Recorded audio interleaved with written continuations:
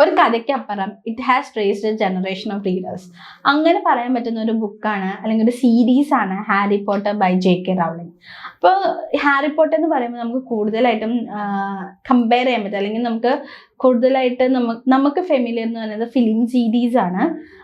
കാരണം film സീരീസിലൂടെയാണ് Harry Potter നമ്മൾ മിക്കവരും കണ്ടതും അറിഞ്ഞതും ആ ലോകത്തെ പറ്റി കേട്ടതൊക്കെ. പക്ഷെ അതിനപ്പുറം ഇതിന് ഒരു ഒരു ബുക്ക് സീരീസാണ് ഇത്, അതിൽ നിന്ന് അഡാപ്റ്റ് ചെയ്തതാണ് ഫിലിം എന്നൊക്കെ നമുക്കിപ്പോൾ അറിയാമായിരിക്കും. പക്ഷെ അത് വായിച്ചിട്ടുള്ളവരും എക്സ്പീരിയൻസ് ചെയ്തവരും കുറവായിരിക്കും. അപ്പോൾ നമുക്ക് ബുക്കിനെ പറ്റി നോക്കുവാണെങ്കിൽ ഒബ്വിയസ്ലി ബുക്ക് നമ്മൾ ഫിലിമിലേക്ക് ആക്കുമ്പോൾ ഒരുപാട് കാര്യങ്ങൾ കട്ടായി പോകും. അപ്പോൾ അതേപോലെ അതിൽ എന്തൊക്കെ കട്ടായി അല്ലെങ്കിൽ എന്തൊക്കെയാണ് നമുക്ക് ബുക്കും ഫിലിമും തമ്മിൽ ഒരു കമ്പാരിസൺ അല്ലെങ്കിൽ ഡിഫറൻസ്, നമുക്ക് ഏറ്റവും ഫിലിമിൽ വരണം എന്ന് ആഗ്രഹിക്കുന്ന കുറേ കാര്യങ്ങൾ ബുക്കിൽ ഉണ്ടായിരുന്നു. അത് എന്തൊക്കെയാണെന്നാണ് നമ്മൾ ഇന്ന് പറയാൻ പോകുന്നത്.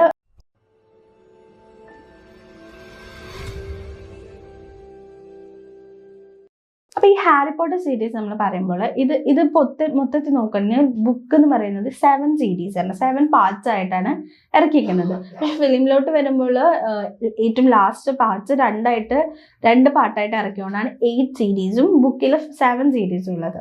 അപ്പോൾ അതിൽ നോക്കുകയാണെങ്കിൽ നമുക്ക് ഫസ്റ്റ് 3 സീരീസാണ് ഫിലോസഫേഴ്സ് സ്റ്റോൺ, ചില സ്ഥലത്ത് അത് സോക്കേഴ്സ് സ്റ്റോൺസ് എന്നും കൂടെ പറയും.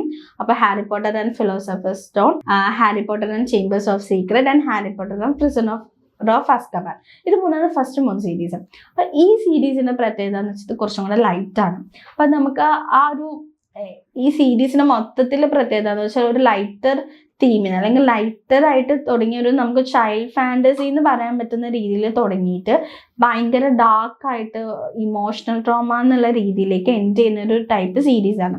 അപ്പം അതിൻ്റെ ഒരു വിഷ്വലായിട്ട് നമുക്ക് കാണുകയാണെങ്കിൽ ഫിലിം സീരീസിൽ നോക്കിക്കഴിഞ്ഞാൽ അതിൻ്റെ ടൈറ്റിലിൻ്റെ പ്രസൻറ്റേഷൻ കാണുമ്പോൾ മനസ്സിലാകും. എനിക്ക് തുടക്കത്തിൽ ഭയങ്കര ലൈറ്റായിട്ടുള്ളത് എൻഡിലേക്ക് വന്നപ്പോൾ ഭയങ്കര ഡാർക്കായിപ്പോയി. അപ്പം അങ്ങനെ ഒരു രീതിയിൽ ഒരു സ്റ്റോറി പറഞ്ഞു പോകുന്ന ഒരു സീരീസാണ് ഹാരി പോട്ടർ. നമ്മൾ ബേസിക് ആയിട്ട് കഥ നോക്കുവാണെങ്കിൽ വോൾഡിമോർട്ടാണ് വില്ലൻ. ആള് ഒരു ഭയങ്കര ഡാർക്ക് വിസാർഡാണ്. ഇത് കൂടുതൽ മാജിക്കൽ വേൾഡിനെ പറ്റിയിട്ടാണ് പറയുന്നത്. നമ്മുടെ ഒരു നോർമൽ വേൾഡിൽ തന്നെ ഒരു മാജിക്കൽ വേൾഡും ഉണ്ട്. അതിൽ Voldemort villain, Harry Potter hero. വോൾഡിമോർട്ടും ഹാരി പോട്ടറും തമ്മിലുള്ള ഒരു ഫൈറ്റ്, ലൈക്ക് വില്ലനെ നശിപ്പിക്കാൻ നോക്കുന്ന ഒരു ഹീറോ.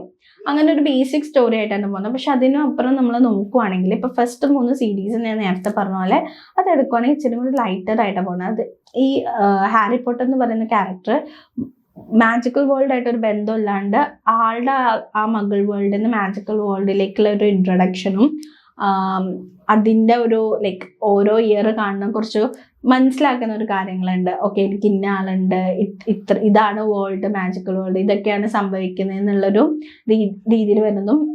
ഫ്രണ്ട്ഷിപ്പ് ഇല്ലാത്ത ഹാരി പോട്ടറിന് ബെസ്റ്റ് ഫ്രണ്ട്സ് ആയിട്ട് ഹെർമോണി ഗ്രേഞ്ചറിനെയും റൊണാൾഡ് വീസ്ലിനെയും കിട്ടുന്നു.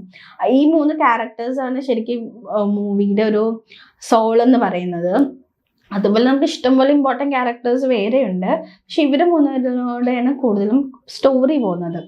അപ്പോൾ ഫസ്റ്റ് 3 മൂവീസും ഭയങ്കര ലൈറ്റായിട്ട് ആ ഒരു യങ് ഹാരി എങ്ങനെ എന്തൊക്കെ വോൾഡിമോർട്ടിനെ ഫൈറ്റ് ചെയ്യുന്നു, അതിൻ്റെ ഇടയിൽ കറക്റ്റ് ഓഫൺ എന്ന് പറയാൻ പറ്റില്ല. ബട്ട് ഇപ്പോൾ ഹാരി താമസിക്കുന്നത് അങ്കിൾ വെർണൻ ആൻഡ് ഓണ്ട് പെട്രോണിയുടെ ഒപ്പമാണ്.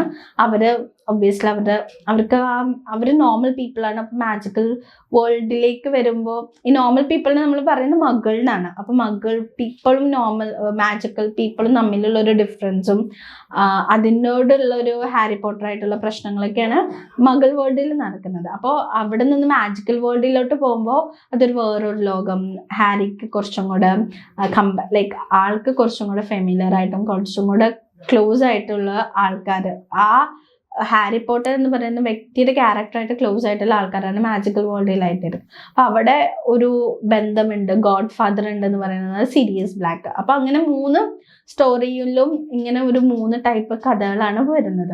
ഫസ്റ്റത്തേൽ ഹാരി പോട്ടറിൻ്റെ മാജിക്കൽ വേൾഡിൻ്റെ ഇൻട്രൊഡക്ഷനും ഒരു സ്റ്റോണിനെ പറ്റിയിട്ടും, സെക്കൻഡിലോട്ട് വരുമ്പോൾ ഒരു വോൾഡിമോർട്ടിൻ്റെ റിലേറ്റഡ് ആയിട്ട് ഒരു ഗേറ്റിനെ പറ്റിയിട്ടും, തേർഡിലോട്ട് വരുമ്പോഴാണെങ്കിൽ ഈ സീരിയസ് ബ്ലാക്കിനെ പറ്റിയിട്ടാണ്.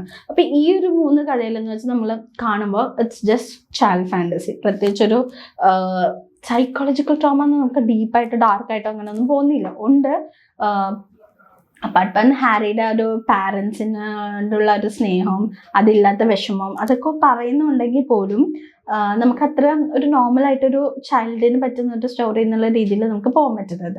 അത് കഴിഞ്ഞിട്ട് ഗോബ്ലെറ്റ് ഓഫ് ഫയർ എന്ന് പറയുന്ന ഒരു സീരീസ് മുതൽ ഈ മൊത്തത്തിൽ സീരീസ് ഇച്ചിരി കൂടെ ഡാർക്കായിട്ട് മാറുകയാണ്.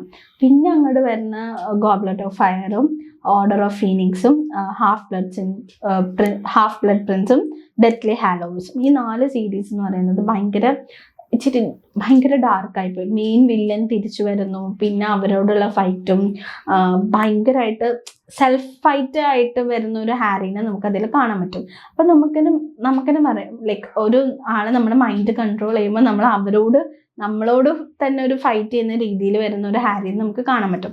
അവിടെ ഭയങ്കരമായിട്ടൊരു ഇമോഷണൽ ഡിസ്ട്രെസ്സും പിന്നെ ഈ ബന്ധങ്ങളുടെ പ്രശ്നങ്ങളും നമുക്ക് ഫേവറേറ്റ് ആൾക്കാരും മരിക്കുന്നതും ഈ ഗോബ്ലെറ്റ് ഓഫ് ഫയറിലൂടെ തുടങ്ങുന്ന ഒരു മരണമാണ്. പ്രിസണർ ഓഫ് അസ്കബാനിലൊക്കെ മരണം കാണിക്കുന്നുണ്ടെങ്കിലും അതിനെ തിരിച്ചു കൊണ്ടുവരുന്നുണ്ട് നമുക്ക് ഡിയറസ്റ്റ് ആയിട്ട് തോന്നുന്ന ആളോട്. പക്ഷെ ഗോബ്ലെറ്റ് ഓഫ് ഫയറിൽ ഭയങ്കര ഡിയറസ്റ്റ് ആയിട്ട് തോന്നുന്ന ഒരാൾ മരിച്ചു, പിന്നെ അങ്ങോട്ട് മൊത്തം നമുക്ക് വേണ്ടപ്പെട്ടവരുടെ മരണോ അങ്ങനെയൊക്കെ ആകുമ്പോഴൊരു പ്രശ്നങ്ങളും ഫുൾ ഡാർക്കാണ്. പിന്നെ അവിടെ നമുക്കൊരു ചൈൽഡ് ഫാൻറ്റസി അല്ലെങ്കിൽ ചിൽഡ്രന് പറ്റുന്ന കിഡ് എന്നുള്ള രീതിയിൽ നമുക്ക് ആ ഒരു കഥനെ കൊണ്ടുപോകാൻ പറ്റില്ല. പിന്നെ ഈ ബുക്കിൽ നിന്ന് ഫിലിമിലോട്ട് വരുമ്പോഴുള്ള ഡിഫറൻസ് എന്ന് വെച്ചാൽ ഫിലിമിൽ ഒബ്വിയസ്ലി നേരത്തെ പറഞ്ഞ അഡാപ്റ്റ് ചെയ്യുന്നതുകൊണ്ട് കുറേ കാര്യങ്ങൾ മിസ്സാവും. അങ്ങനെ കുറച്ച് കാര്യങ്ങൾ മിസ് ചെയ്താണ്. മറോഡേഴ്സ് മാപ്പ് എന്ന് പറഞ്ഞാൽ അവരുടെ ആ 4 പേരുടെ സ്റ്റോറി മിസ്സായിപ്പോയി. ലൈക്ക് അത് ഒരു ഭയങ്കര സിമ്പിളായിട്ടാണ് ഫിലിമിൽ പറയുന്നത്, പക്ഷെ ഇച്ചിരി കൂടി ഡീപ്പായിട്ടാണ് നമുക്ക് എങ്ങനെയാണ് പ്രൊഫസർ ലൂപ്പിൻ ആ ഒരു ക്യാരക്ടർ ലൈക്ക് എങ്ങനെയാണ് വെയർവോൾഫ് ആവുന്നതെന്നും ഇവരെങ്ങനെയാണ് എന്നിട്ട് ആ ട്രാൻസ്ഫോർമേഷൻ പഠിക്കുന്നതെന്നും അങ്ങനത്തെ ഒരുപാട് കാര്യങ്ങൾ ബുക്കിൽ പറയുന്നുണ്ട്. പക്ഷെ ഫിലിമിലോട്ട് വരുമ്പോൾ അത് ഭയങ്കര സിമ്പിളായിട്ടാണ് കാണിക്കുന്നത്. അപ്പോൾ അത് എനിക്ക് കുറച്ചും കൂടെ ഡീറ്റെയിൽ ആയിട്ട് ബുക്കിൽ പറഞ്ഞ പോലെ ഫിലിമിൽ കാണിച്ചാൽ നല്ലതായിരുന്നു എന്ന് തോന്നിയിരുന്നു. പിന്നെ എനിക്ക് ഇവിടെ ഏറ്റവും മിസ് ഔട്ട് ചെയ്ത കുറച്ച് കാര്യങ്ങളുണ്ട്. വോൾഡിമോർട്ടിൻ്റെ സ്റ്റോറിയും ഡംബിൾഡോറിൻ്റെ ഡെത്തും പിന്നെ എൻഡിങ്ങും. ഈ 3 സംഭവങ്ങൾ അവർ ഭയങ്കര സിമ്പിളായിട്ടാണ് മൂവിയിലോട്ട് വന്നപ്പോൾ കാണിച്ചത്. പക്ഷെ ഇത് നമ്മൾ ഫിലിമിലോട്ട് ബുക്ക് വായിക്കുവാണെങ്കിൽ എന്തുകൊണ്ടാണ് വോൾഡിമോർട്ട് ഇങ്ങനെ ആയതെന്നും എന്താണ് വോൾഡിമോർട്ട് വില്ലനാവാൻ കാരണമെന്ന് നമുക്കത് കറക്റ്റായിട്ട് മനസ്സിലാവും. പിന്നെ ഡംബിൾഡോറിൻ്റെ ഡംബിൾഡോറിനെ പറ്റിയിട്ട് നമുക്കൊന്നും അറിയില്ലായിരുന്നു. പക്ഷെ ഡംബിൾഡോറിനെ പറ്റിയിട്ട് കുറച്ചും കൂടെ ഡീപ്പറായിട്ട് പറയുന്ന കുറേ കാര്യങ്ങൾ ബുക്കിൽ നമുക്ക് വായിക്കും. എന്താണ് ഡംബിൾഡോർ എന്നുള്ളത് ആകെ നമുക്കറിയുന്നത് ഹോഗ്വാർട്സിലത്തെ ഒരു പ്രിൻസിപ്പാൾ ഹാരിനെ ഹെൽപ്പ് ചെയ്യുന്നു. അതിനപ്പുറം എന്താണ് ഡംബിൾഡോർ, എന്താണ് പുള്ളിയുടെ ഒരു കാര്യങ്ങൾ എന്നുള്ളത് നമുക്ക് ഈ ബുക്കിലൂടെ മനസ്സിലാവും. അപ്പം അത് മൂവിയിൽ കാണിക്കാത്തൊരു സംഭവമാണ്. പിന്നെ ഈ ബുക്ക് വായിക്കുമ്പോൾ നമുക്ക് ഈ ഫാന്റാസ്റ്റിക് ബീസ്റ്റ് എന്ന് പറയുന്ന വേറൊരു സീരീസ് ഉണ്ട് ജെ.കെ. റൗളിങ്ങിൻ്റെ തന്നെ, മാജിക്കൽ വേൾഡിനെ ബന്ധപ്പെട്ട് അതിലോട്ട് കുറച്ചുകൂടെ കണക്ഷൻ കിട്ടും ഈ ബുക്ക് വായിക്കുമ്പോൾ. ഹാരി പോട്ടറും ഫാന്റാസ്റ്റിക് ബീസ്റ്റും തമ്മിലുള്ളൊരു കണക്ഷൻ.